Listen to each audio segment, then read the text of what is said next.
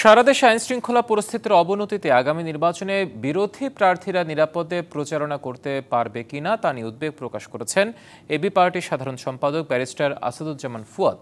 সন্ধ্যায় রংপুর নগরীর সুমি কমিউনিটি সেন্টারে সাংবাদিকদের সাথে মতবিনিময়ে তিনি এসব কথা বলেন। এ সময় তিনি বলেন, প্রধান উপদেষ্টার প্রতিশ্রুতি অনুযায়ী ইতিহাসের শ্রেষ্ঠ নির্বাচন উপহার দেওয়ার প্রস্তুতিও এখনও তৈরি হয়নি। তবে রাজনৈতিক দলগুলো আন্তরিক আর প্রশাসন সিরিয়াস হলে সুষ্ঠু নির্বাচন সম্ভব। তবে এ বিষয়ে কার্যকরী ভূমিকা রাখতে হবে অন্তর্বর্তীকালীন সরকারকেই। জুলাই সনদ বাস্তবায়নের রাজনৈতিক দলগুলোর দ্বিমত রয়েছে বলেও মন্তব্য করেন তিনি। যেসব বিষয়ে একমত হয়েছে সেগুলো ঝুলে না রেখে দ্রুত বাস্তবায়ন করার দাবি তার।